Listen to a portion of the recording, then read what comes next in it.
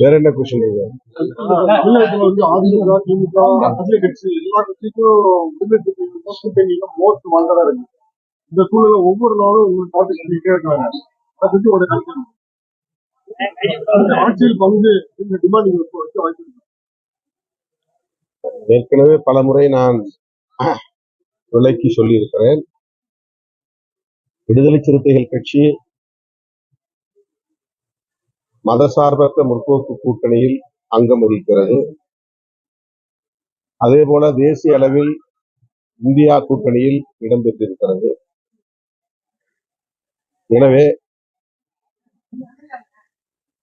புதிதாக ஒரு கூட்டணியில் விடுதலை சிறுத்தைகள் கட்சி இடம்பெற வேண்டும் என்பதற்கான தேவையே எழவில்லை. அதற்கு எந்த வாய்ப்பும் இல்லை. இதை ஏற்கனவே பல முறை விளக்கியிருக்கிறேன், மீண்டும் உறுதிப்படுத்துகிறேன். விடுதலை சிறுத்தைகள் குறிவைக்கப்படுகிறது என்பதை விட திமுக கூட்டணி கட்டுக்கோப்பாக இருக்கக்கூடாது, அதனை சிதறடிக்க வேண்டும் என்பது அனைத்து எதிர்கட்சிகளுக்கும் உள்ள செயல் திட்டமாக இருக்கிறது. அதிமுகவாக இருந்தாலும் பாஜகவாக இருந்தாலும்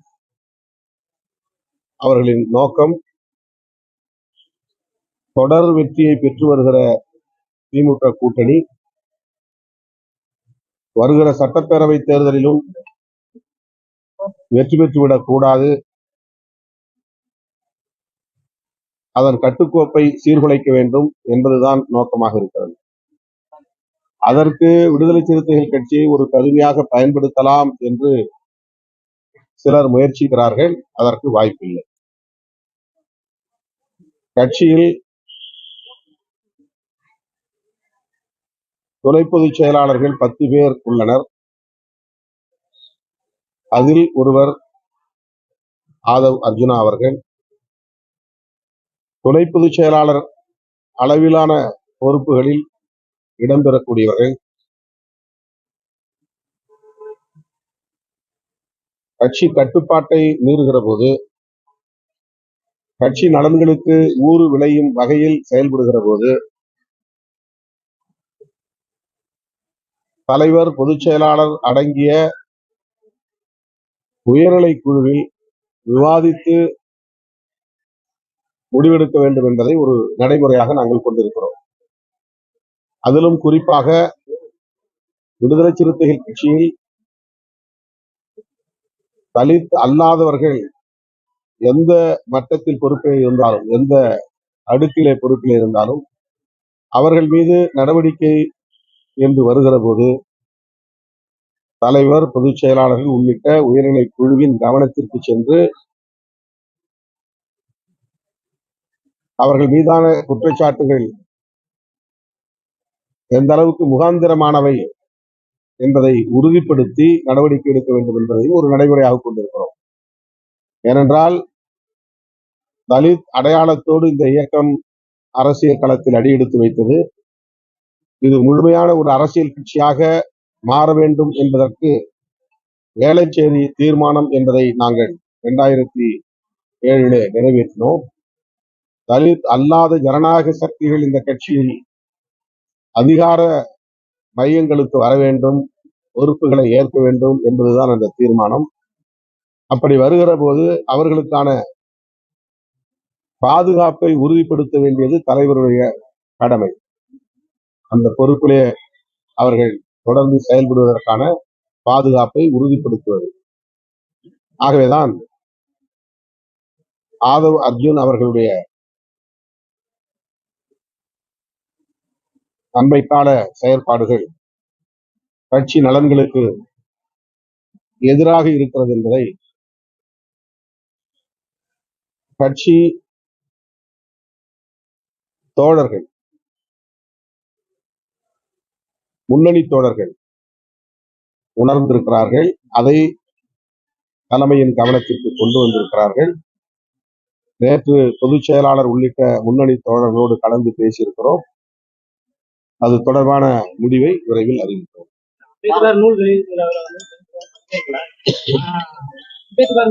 கூட்டணி கட்சி முக்கியமான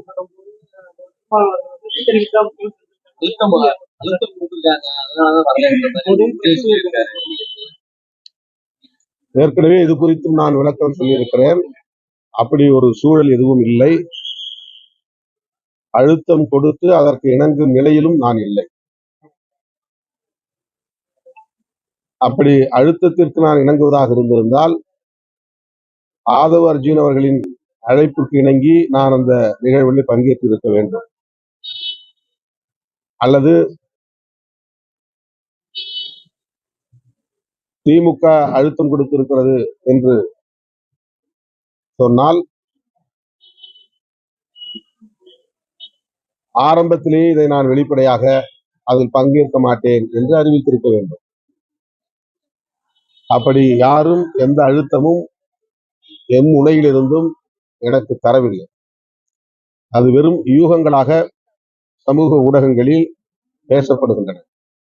நான் சுதந்திரமாக எடுத்த முடிவு. 6ஆம் தேதி காலையில்தான் இந்த அறிக்கையை நான் வெளியிட்டேன் என்றாலும்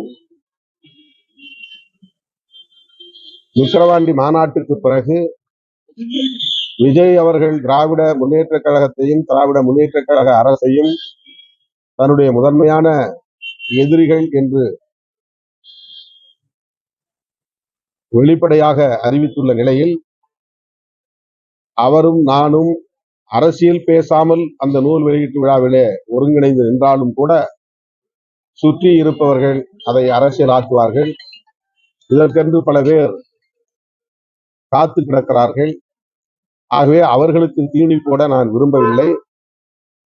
விஜய் அவர்கள் மீது எனக்கு எந்த சங்கடமும் இல்லை. அவரோடு நிற்பதில் எனக்கு எந்த சங்கடமும் இல்லை. அம்பேத்கர் நூல் வெளியீட்டு விழாவில் பங்கேற்பதிலும் எனக்கு மகிழ்ச்சிதான். ஆனாலும் நானும் அவரும் ஒரே மேடையில் நின்றால் அதை வைத்து இங்கே அரசியல் சூதாட்டம் ஆட விரும்புகிறவர்கள் தமிழக அரசியல் களத்தில் கலைபரத்தை உருவாக்குவார்கள், குழப்பத்தை ஏற்படுத்துவார்கள். அதற்கு இடம் தர நான் விரும்பவில்லை என்பதை வெளிப்படையாக விகடன் பதிப்பகத்தாரிடம் விளக்கி சொல்லி பங்கேற்க இயலாத நிலையை ஏற்கனவே கூறிவிட்டேன். ஆகவே நான் ஏற்கனவே கூறியது ஊடகங்களுக்கு வரவில்லை. நான் அதை வெளிப்படையாக சொல்லவில்லை. ஆனால் விகடன் பதிப்பகத்தாரிடம் விக்கிரவாண்டி மாநாடு முடிந்த அடுத்த ஓரிரு நாளில் கூறிவிட்டேன். எனக்கு எந்த அழுத்தமும் கிடையாது. சுதந்திரமாக எடுத்த முடிவு, தொலைநோக்கு பார்வையோடு எடுத்த முடிவு, தமிழக அரசியலின் எதிர்காலம் கருதி எடுத்த முடிவு, விடுதலை சிறுத்தைகள் அங்கம் வகிக்கிற கூட்டணியின் நலன் கருதி எடுத்த முடிவு. என்னை கட்டுப்படுத்தி இயக்குவதற்கு யாரும் முயற்சிக்கவில்லை. அதற்கான சூழலும் இல்லை.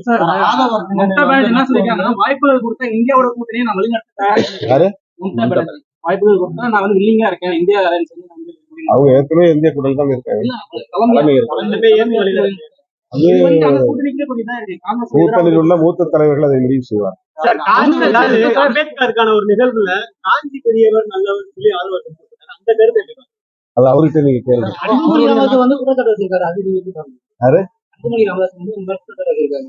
அம்பேத்கர் முக்கியமா கூட்டணி கட்சி முக்கியமா கூட்டணி கட்சி நாடி போயிட்டாரு.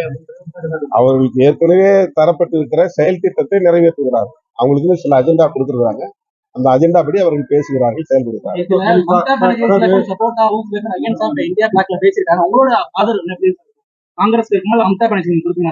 இல்ல காங்கிரஸா மம்தா பானர்ஜியான்னு அப்படிலாம் எந்த விவாதமும் போகல. மம்தா பானர்ஜி ஒரு நாடறிந்த தலைவர், ஆற்றல் மிக்க தலைவர். அதில் யாருக்கும் மாற்று கருத்து இல்லை. அவரை போன்றவர்கள் இந்தியா கூட்டணியில முன்னணியில் இருந்து வழிநடத்த வேண்டிய தேவை இருக்கிறது என்பதை காங்கிரசும் உணர்ந்து இருக்கிறது. காங்கிரஸ் உணர்ந்திருந்தால்தான் மம்தா பானர்ஜி அவர்களோடு தொடர்ந்து பல கூட்டங்களில் அவர்கள் கலந்தாய்வு செய்தார்கள். எதுவாக இருந்தாலும் மூத்த தலைவர்கள், இதில் உள்ள பெரிய கட்சிகள் மூத்த தலைவர்கள் முடிவு செய்வார்கள்.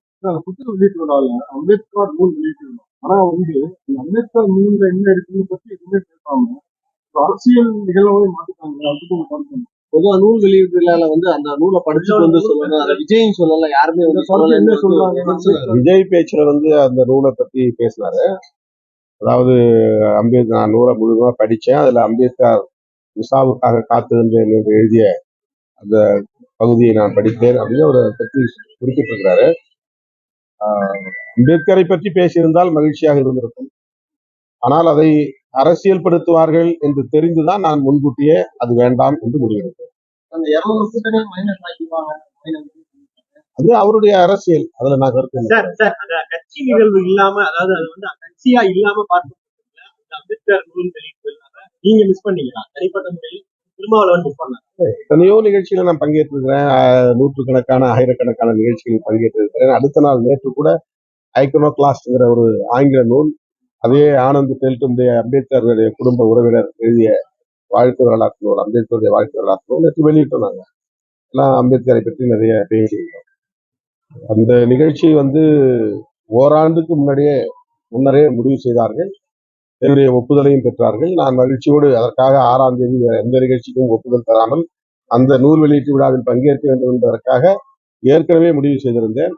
ஆனால் அதை அரசியலாக்கி விட்டார்கள். நான் ஏற்கனவே என்னுடைய அறிக்கையில் குறிப்பிட்டபடி ஒரு தமிழ் நாளேடு அதை ஏதோ நடக்கக்கூடாத ஒன்று நடக்க இருப்பது போன்ற ஒரு தோற்றத்தை ஏற்படுத்தி பூதாகரப்படுத்தி யாருக்கோ செய்தி சொல்வதைப் போல அதை செய்தியாக்கினார்கள். அதிலிருந்துதான் இந்த சர்ச்சை தொடங்கியது. ஆகவே ஒரே மேடையில் இருக்க போகிறார்கள் என்பதை ஒரு அதிகாரபூர்வமான அறிவிப்பாக இல்லாத நிலையிலேயே அதை அரசியலாக்கினார்கள் என்றால், 2 பேரும் ஒரே மேடையில் என்றால் என்ன மாதிரி அரசியல்? ஆகவே இப்படிப்பட்ட சக்திகளிடமிருந்து எமது கட்சியை காப்பாற்றுவதற்காகத்தான் நான் இந்த முடிவை எடுத்தேன். அதிகார நிலைய விரிவாக்கத்திற்கு மக்கள் கிட்டத்தட்ட ஒரு 150 குடும்பத்துக்கு மேல தொடர்ந்து போராட்டத்தில் இருக்காங்க. விமான நிலைய விரிவாக்கத்திற்காக இடம் பெயர் உங்களுக்கு எதுவும் ஏற்கனவே மக்கள் போராட்டத்தில் இருக்கிற போதே என்னிடம் தொடர்பு கொண்டார்கள். அதை பற்றி பேசினார்கள். நான் அரசு அதிகாரிகளிடம், உயர் அதிகாரிகளிடம் அதை பற்றி பேசியிருக்கிறேன். மேலும் அவர்களுடைய கோரிக்கைகள் என்ன என்பதை தெரிந்து விவரமாக முதல்வருடைய கவனத்திற்கு ஒரு கோரிக்கை மனுவாக நாங்கள் வழங்குவோம்.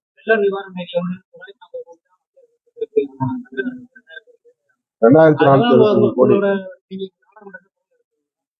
ஏற்கனவே நானும் ரவிக்குமார் அவர்களும் நேரா போய் அந்த இணை அமைச்சர் நித்யானந்த ராய் அவர்களை சந்தித்து தமிழ்நாடு அரசு எவ்வளவு கோரி இருக்கிறதோ அந்த நிதியை அப்படியே நீங்கள் ஒதுக்கீடு செய்ய வேண்டும் என்று வலியுறுத்தி கடிதம் கொடுத்திருக்கிறோம். ஆனால் அவர்கள் அதை பொருட்படுத்தவில்லை. வழக்கம் போல எங்களுக்கு பதில் என்ன சொன்னார் என்றால், மாநில அரசிடமே நிறைய நிதி இருக்கிறது, அதை பயன்படுத்துங்கள் என்று பதில் சொன்னார். அந்த ஆதவ நட்பு விஜய்